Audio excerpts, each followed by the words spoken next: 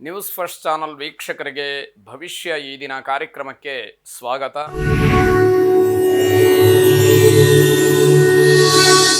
ಮೊದಲು ಮೇಷರಾಶಿ.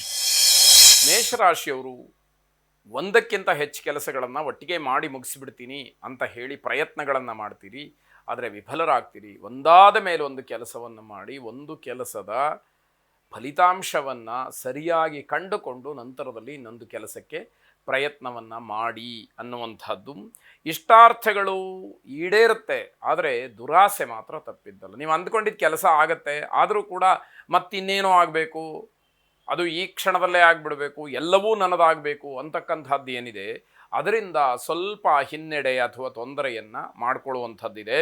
ವಿದ್ಯಾರ್ಥಿಗಳಿಗೆ ತುಂಬ ಉತ್ತಮವಾದಂತಹ ದಿವಸ. ನಿಮ್ಮ ವ್ಯಾಸಂಗ ಶೈಕ್ಷಣಿಕ ಕ್ಷೇತ್ರದಲ್ಲಿ ವಿಶೇಷವಾದಂತಹ ಒಂದು ಸ್ಥಾನ ಮಾನ ಅಥವಾ ಫಲಿತಾಂಶವನ್ನು ಕಂಡುಕೊಳ್ಳಿಕ್ಕೆ, ನೋಡಲಿಕ್ಕೆ, ಅನುಭವಿಸಲಿಕ್ಕೆ ಉತ್ತಮವಾದಂತಹ ಅವಕಾಶವಾಗುತ್ತೆ.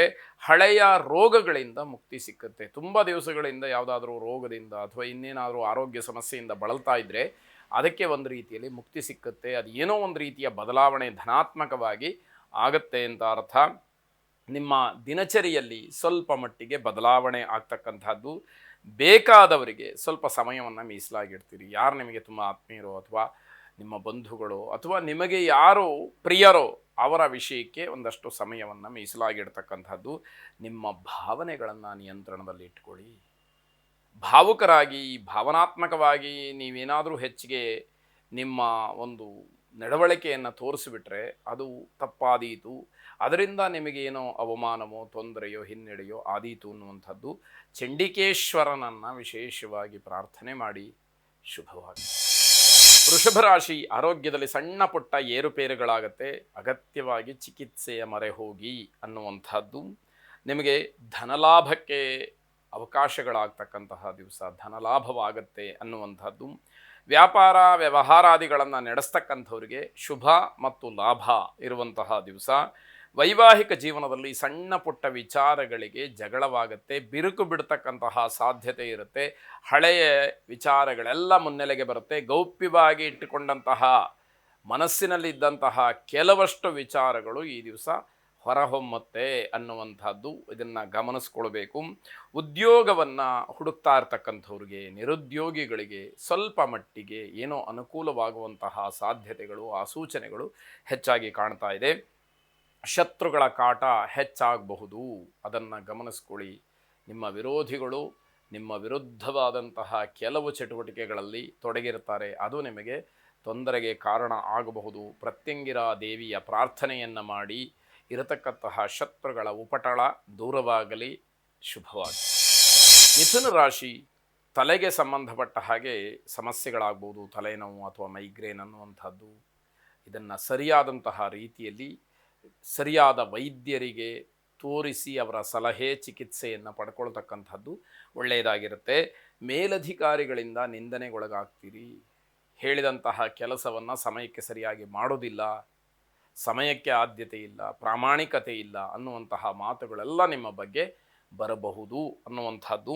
ನಕಾರಾತ್ಮಕವಾದಂತಹ ಆಲೋಚನೆಗಳು ಮನಸ್ಸಿಗೆ ಬರದೇ ಇರೋ ಹಾಗೆ ನೀವು ಗಮನಿಸಬೇಕು.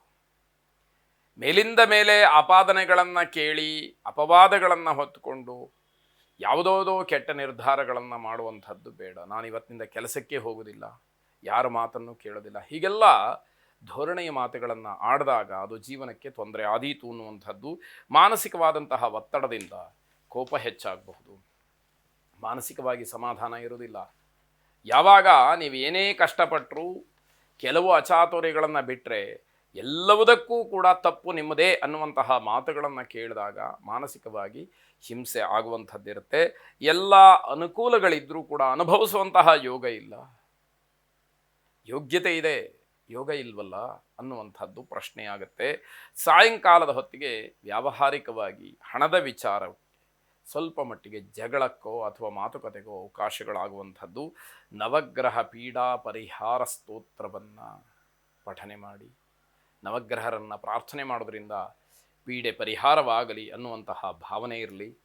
ಶುಭವಾಗಿ. ಕರ್ಕಾಟಕ ರಾಶಿ. ವಸ್ತುವಿನ ಖರೀದಿ ಅಥವಾ ವ್ಯಾಪಾರದಲ್ಲಿ ಲಾಭವನ್ನು ಕಾಣಲಿಕ್ಕೆ ಅವಕಾಶ ಇದೆ. ತಂದೆಯವರ ಸಂಪೂರ್ಣವಾದಂತಹ ಸಹಾಯ ಸಹಕಾರ ನಿಮ್ಮ ವ್ಯವಹಾರಕ್ಕೆ ಸಿಕ್ಕುವಂಥದ್ದಿರುತ್ತೆ. ನೌಕರಿಯ ಬಗ್ಗೆ ಸ್ನೇಹಿತರಿಂದಲೇ ತೊಂದರೆಯಾಗುವಂತಹ ಸೂಚನೆಗಳಿದೆ. ಆತ್ಮೀಯರು ಅಂತ ಅಂದುಕೊಂಡಿರ್ತೀರಿ, ಅವರೇ ನಿಮ್ಮ ಕೆಲಸಕ್ಕೆ ಅಡ್ಡಿ ಆಗ್ತಾರೆ ಅಂತಂದರೆ ಎಷ್ಟು ಬೇಸರವಾದೀತು ಅನ್ನುವಂಥದ್ದನ್ನು ಗಮನಿಸಿ. ಸಾಯಂಕಾಲದ ಹೊತ್ತಿಗೆ ಅಶುಭವಾದಂತಹ ವಾರ್ತೆ ಮನೆಯಲ್ಲಿ ಏನೋ ಒಂದು ರೀತಿಯ ಆತಂಕಕ್ಕೆ ಕಾರಣವಾಗುತ್ತೆ. ಎಲ್ಲ ಕೆಲಸಗಳು ಕೂಡ ಸುಲಭವಾಗಿ ನಡೀಬಹುದು, ಆದರೆ ಮಾನಸಿಕವಾಗಿರತಕ್ಕಂತಹ ಆತಂಕ ಏನೋ ಒಂದು ರೀತಿಯಲ್ಲಿ ಅಡ್ಡಿ ಏನೋ ಅಂತ ಹೇಳಿ ಅನಿಸುವ ಹಾಗೆ ಮಾಡುತ್ತೆ. ಶುಭ ಕಾರ್ಯಕ್ಕೆ ಹೋಗೋದಕ್ಕೆ ಮನಸ್ಸಿರೋದಿಲ್ಲ. ಯಾವುದೇ ಒಳ್ಳೆಯ ಕಾರ್ಯಗಳು ನಡೆದರೂ ಕೂಡ ಅಲ್ಲಿಗೆ ಹೋಗಬೇಕು ಅನ್ನುವಂತಹ ಭಾವನೆಗಳು, ಆ ಒಂದು ಮನಸ್ಥಿತಿ ಬರದೇ ಇರತಕ್ಕಂಥದ್ದಾಗತ್ತೆ. ಕುಟುಂಬದ ನಿರ್ವಹಣೆ ಹಣದ ದೃಷ್ಟಿಯಿಂದ ಕಷ್ಟವಾಗಬಹುದು. ಎಲ್ಲವುದಕ್ಕೂ ಹಣವೇ ಮುಖ್ಯ ಅಂತ ಹೇಳಿ ಅಂದುಕೊಂಡಿರ್ತಕ್ಕಂಥವರಿಗೆ ಸ್ವಲ್ಪ ಮಟ್ಟಿಗೆ ಕಷ್ಟ ಆದೀತು ಅನ್ನುವಂಥದ್ದು. ಸದ್ಗುರು ದತ್ತಾತ್ರೇಯರನ್ನು ಪ್ರಾರ್ಥನೆ ಮಾಡಿ, ಜಟಾಧರಂ ಪಾಂಡುರಂಗಂ ಶೂಲಹಸ್ತಂ ಕೃಪಾನಿಧಿಂ ಸರ್ವ ರೋಗಹರಂ ದೇವಂ ದತ್ತಾತ್ರೇಯಮಹಂ ಭಜೆ ಅನ್ನುವಂತಹ ಮಂತ್ರವನ್ನು 28 ಬಾರಿ ಪಠನೆ ಮಾಡಿ. ಆ ಸದ್ಗುರುಗಳ ಕೃಪೆ ನಿಮ್ಮ ಮೇಲೆ ಇರಲಿ. ಶುಭವಾಗಿ.